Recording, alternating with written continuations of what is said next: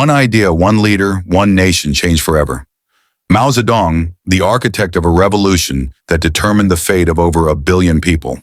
For some, he is a hero who rejuvenated China. For others, he is the cause of the suffering of millions of his people. From the ruins of war, he rose to form a new nation. Mao fought both the colonialists and his own people for the sake of revolution. But the result was not just change, it also brought hunger, chaos, and fear to every corner of China. Mao Zedong created a bigger image than just a leader. His face became a symbol, his name a rallying cry, and his words truth for millions of followers. Who would have thought that from a remote farmland in Hunan, a figure would grow who would one day control the fate of millions of people in China?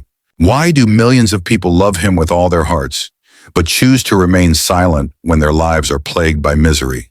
How is it possible that a figure who caused the deaths of tens of millions of people is still revered by his own people to this day? This is not a story of power alone, but of the fire of ideology that consumed the nation, the result of one man's dream of creating a new human order.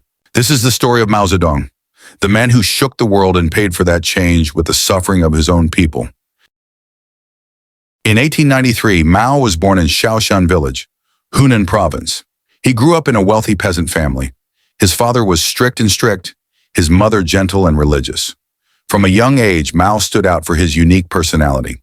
Although unruly and reluctant to obey orders, Mao possessed a keen curiosity. He read everything: poetry, ancient Chinese historical accounts, philosophical books, even novels about rebellion. Mao received a traditional Confucian education, but soon became bored.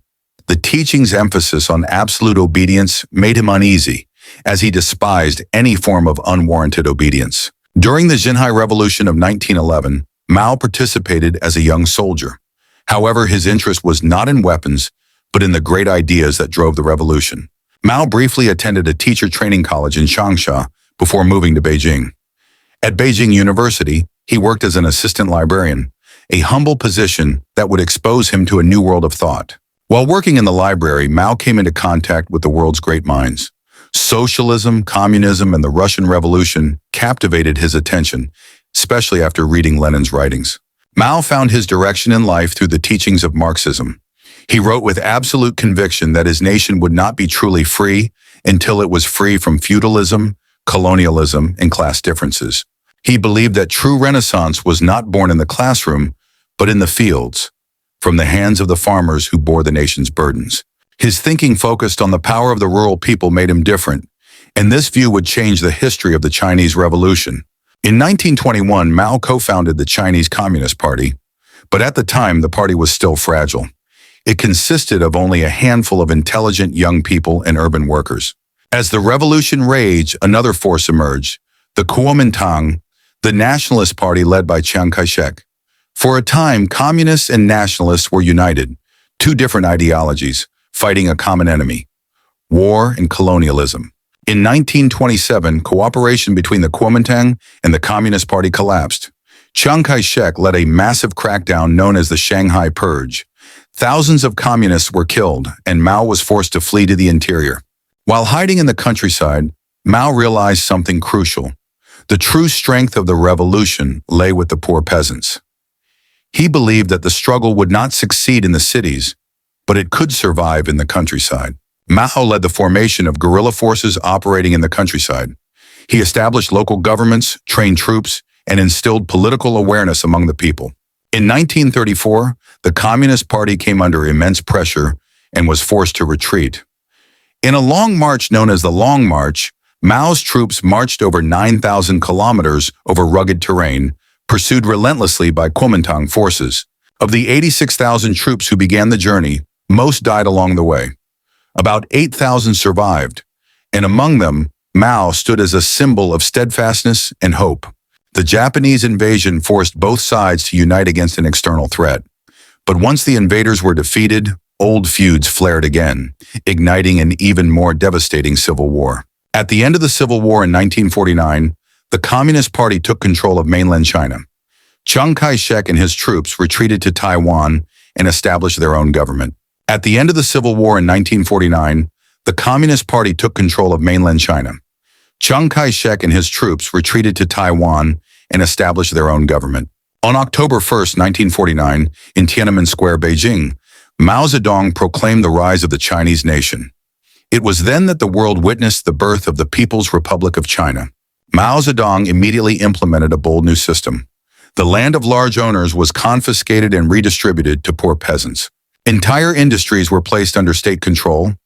Education was overhauled to suit the new ideology, and the old elites lost their influence.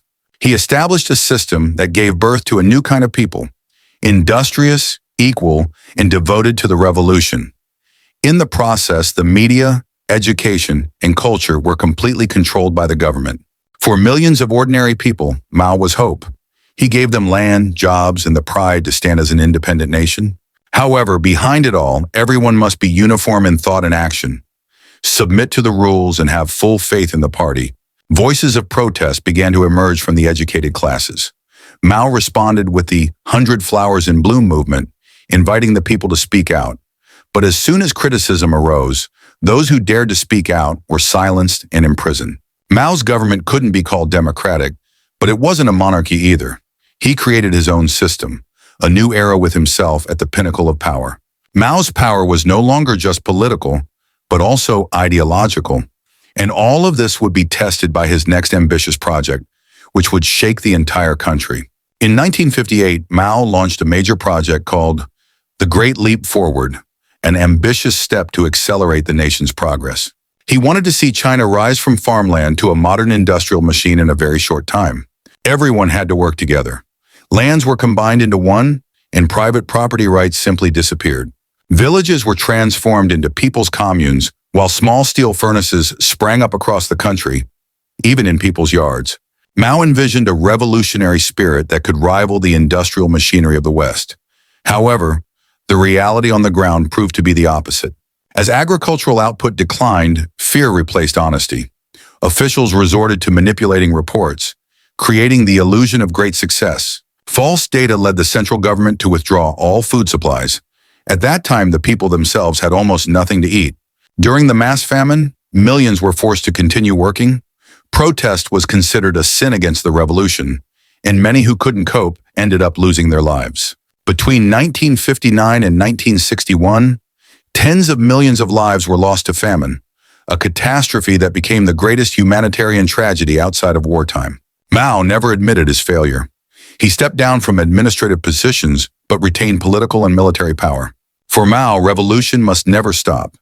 If the people are not yet revolutionary enough, the party's task is to reform them. When the people grew tired, Mao responded with a major move, the Cultural Revolution, an attempt to revive the spirit of revolution.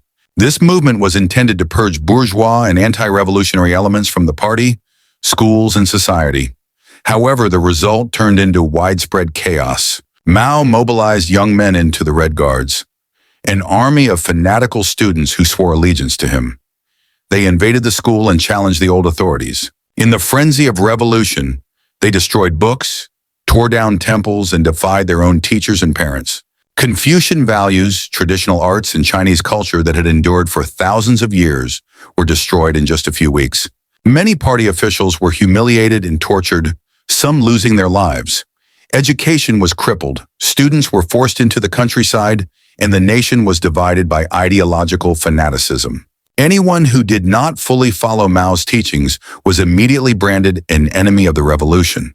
From the revolution that was supposedly for progress, instead came economic destruction, mass stupidity, and millions of casualties. But Mao didn't mind. As long as his portrait adorned every wall and his words were treated like scripture, the revolution was considered a success. For a full decade, the country lived in the shadow of the Cultural Revolution. After millions of victims died, the party slowly extinguished the fire Mao himself had ignited. In 1976, when Mao died, China was in disarray, both socially and mentally. On September 9, 1976, Mao Zedong breathed his last at the age of 82, leaving behind a legacy that is still debated today. When news of Mao's death spread, the country fell into silence. There were tears, there was fear, but also a hidden sense of relief. The people felt the loss of a great leader, but also freedom from a figure who had made them suffer for so long. During his 27 years in power, Mao succeeded in uniting the previously divided China and making it a strong and sovereign republic. But behind the country's revival, a great tragedy lurked. 50 to 70 million lives were lost due to hunger, violence, and chaos caused by political policies. After Mao's death, the Communist Party finally admitted that many of its past policies had resulted in major mistakes.